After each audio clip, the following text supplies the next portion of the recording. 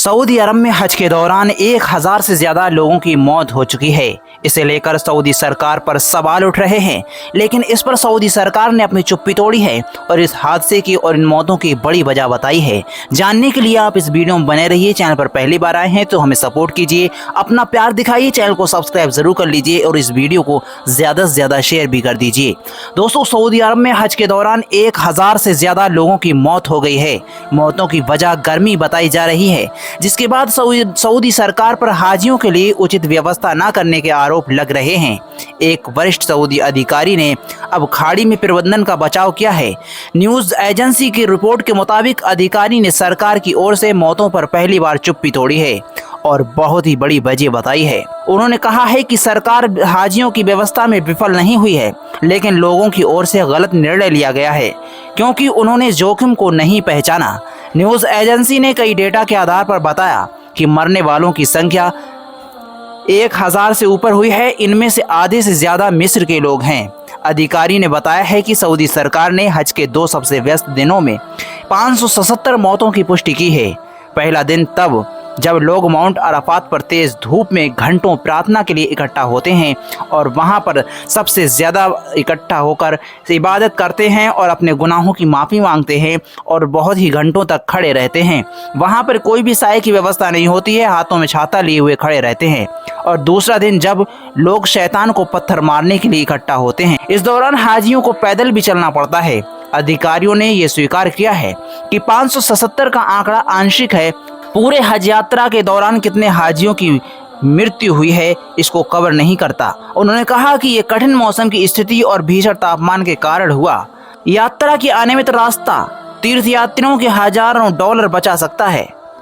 2019 के बाद तेजी से लोकप्रिय हो गया है, जब सऊदी ने सामान्य पर्यटन वीजा पेश किया था, जिससे यहाँ जाना आसान हो गया। अधिकारियों ने कहा कि अनुमान के मुताबिक 4 लाख पंजीकृत तीर्थयात्रियों के होने का अनुमान है।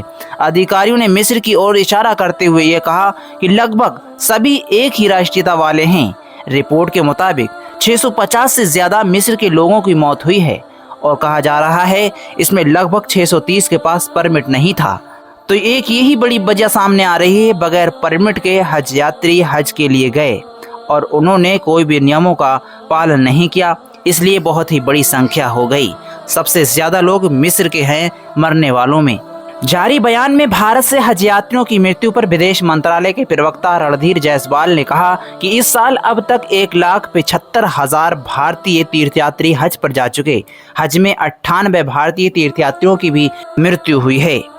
वैसे विदेश मंत्रालय ने जोर देकर कहा है कि हज मिशन की तरफ से भारतीय लोगों के लिए यात्रा के दौरान सारी सुविधाएं की गई, उन्हें कोई भी परेशानी ना हो इसका पूरा ध्यान रखा जाता है।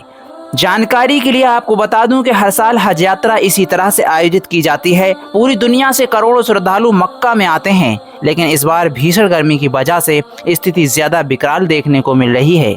अभी तक 1000 से ज्यादा लोगों की मौत यात्रा के दौरान हो चुकी है। मक्का की मस्जिद हराम में तापमान 51 डिग्री से ऊपर पहुंच गया, जो अपने आप में एक बड़ा रिकॉर्ड है। कई दूसरे मुल्क तो सिर्फ बढ़ती गर्मी को ही हज यात्रा के दौरान लोगों की हो रही मौत के लिए जिम्मेदार मान रहे हैं। वैसे सऊदी अरब में इस समय भीषण गर्मी का कहर देखने को मिल रहा है। इस गर्मी के बीच भी दुनिया भर से करीब 18 लाख से ज्यादा हज यात्री हज के लिए मक्का पहुंचे हैं। सऊदी के अधिकारियों ने संभावना जताई थी कि इस साल ये संख्या 20 लाख से पार पहुंच जाएगी। कोरोना महामारी की वजह से 3 साल तक इस यात्रा पर पाबंदी लगा दी गई। इसके बाद अब बड़ी संख्या में लोग शामिल होने के लिए पहुंचे हैं। पिछले साल 18 लाख से ज्यादा लोगों ने हज की यात्रा की थी। वहीं साल 2019 में सबसे ज्यादा 24 लाख लोग हज की यात्रा के लिए आए थे। हज यात्रा में इतनी ज्यादा संख्या में लोग क्यों जाते हैं? क्योंकि मुसलमानों पर हज जिंदगी में एक बार करना फर्ज होता है। जो इस लायक है, जो अपने जिस्म में ताकत रखता है और अपने पास इतना पैसा रखता है कि वह हज कर सके, तो उसको हज करना फर्ज होता है। अगर इतनी इताअत रखने के बाद भी अगर वह हज नहीं करता है तो वह गुनहगार होगा। इसलिए हर मुसलमान चाहता है कि वह अपनी ज़िंदगी में कम से कम एक बार हज ज़रूर कर ले। इसीलिए इतनी बड़ी संख्या में वहाँ पर मुस्लिम लोग जाते हैं और हज यात्रा करते हैं। हज के कुछ नियम होते हैं जो मुसलमानों को वहाँ पर जाने के बाद अदा करने होते हैं। हमारी पिछली वीडियोस जो आप तक पहुँच चुकी हैं, उनमें हज के नियमों के बारे में और हज के अरकानों के बारे में बताया जा चुका है। दोस्तों, इस्लामिक मान्यताओं के अनुसार हज़रत इब्राहीम अलैहिस्सलाम अल्लाह के पैगंबर थे। एक दिन सपने में अल्लाह तबारक व तआला ने उनसे कहा कि तुम अपने सबसे ज़्यादा प्यारी चीज़ कुर्बान कर दो। तब हज़रत पैगंबर इब्राहीम अलैहिस्सलाम ने अपने इकलौते बेटे इस्माईल को कुर्बान करने का फ़ैसला किया।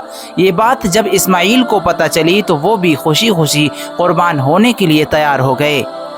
हज़रत इब्राहीम अपने बेटे हज़रत इस्माईल अलैहिस्सलाम की कुर्बानी देने जा रहे थे तो रास्ते में उन्हें शैतान मिला और उसने पैगंबर को ऐसा ना करने के लिए कहा और तरह तरह से बातें बताने लगा और हज़रत पैगंबर को कुर्बानी देने से रोकने लगा।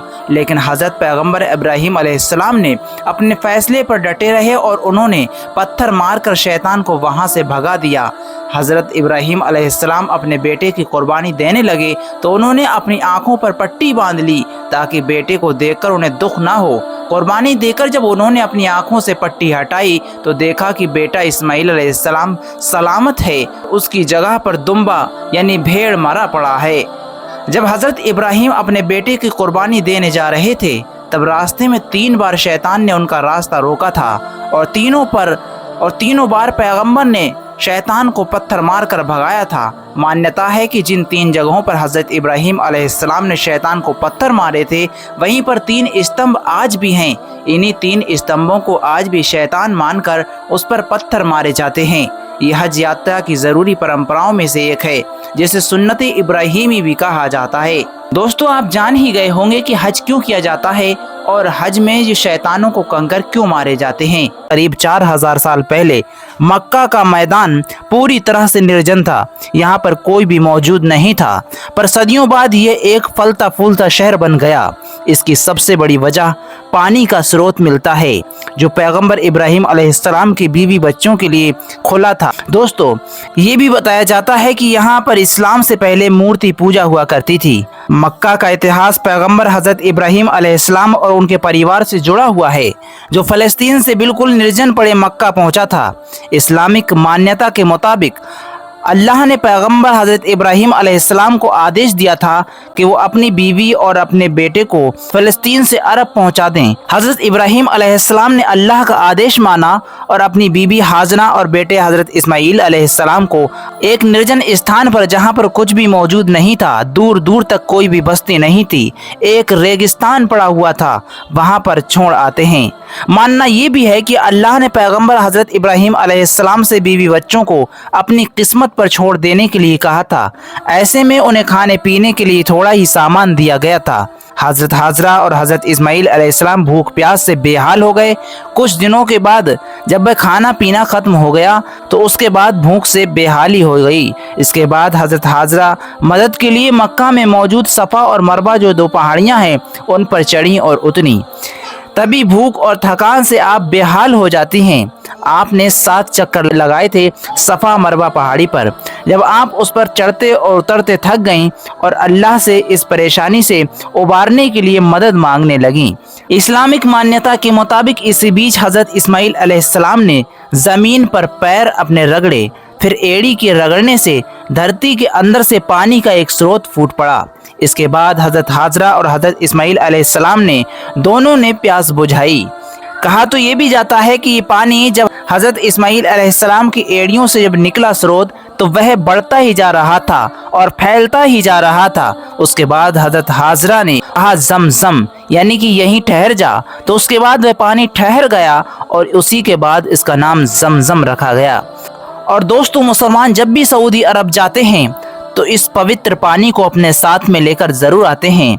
हज के बाद सभी हाजी इस पवित्र पानी को अपने साथ तबर्रुक के तौर पर लाते हैं। बताया जाता है कि जब पैगंबर हज़रत इब्राहीम अलैहिस्सलाम फ़लस्तीन से लौटकर मक्का पहुँचे तो उन्होंने देखा कि उनका परिवार यानी कि आपकी बीवी और हज़रत इस्माईल अलैहिस्सलाम आपके बेटे अच्छी ज़िंदगी जी रहे हैं। वो ये सब देखकर बहुत हैरान रह गए। इस्लामिक मान्यताएं हैं कि इसके बाद अल्लाह ने हज़रत पैगंबर इब्राहीम अलैहिस्सलाम को इसी जगह पर एक तीर्थ स्थल बनाकर उन्हें समर्पित करने के लिए कहा। इसके बाद हज़रत इब्राहीम अलैहिस्सलाम और इस्माईल अलैहिस्सलाम ने पत्थर का एक छोटा सा 4 कोने वाला स्ट्रक्चर तैयार किया जिसे खाना काबा कहा जाता है। अल्लाह पर अपना भरोसा जताने के लिए यहीं पर हर साल मुसलमान आते हैं। इस जगह पर लोगों ने धीरे धीरे अलग अलग ईश्वर की पूजा करनी शुरू कर दी थी और काबा में मूर्तियां रखी जाने लगी थीं। यहाँ कई धर्मों के लोग पहुंचने लगे थे। इस्लामिक मान्यता के मुताबिक इस्लाम के आखिरी पैगंबर हज़रत मोहम्मद सल्लल्लाहु अलैहि वसल्लम को अल्लाह से आदेश हुआ कि वो खाना काबा को पहले जैसी स्थिति में ले आएं और यहाँ सिर्फ अल्लाह की ही इबादत करें। इसके बाद 628 ईस्वी में हज़रत पैगंबर मोहम्मद सल्लल्लाहु अलैहि वसल्लम ने अपने 1400 अनुयायियों के साथ एक यात्रा शुरू की। इस्लाम में ये पहली तीर्थ यात्रा थी और इसी यात्रा के दौरान काबा में पैगंबर हज़रत इब्राहीम अलैहिस्सलाम की धार्मिक परंपरा को फिर से शुरू किया गया, जिसे हज कहा जाता है।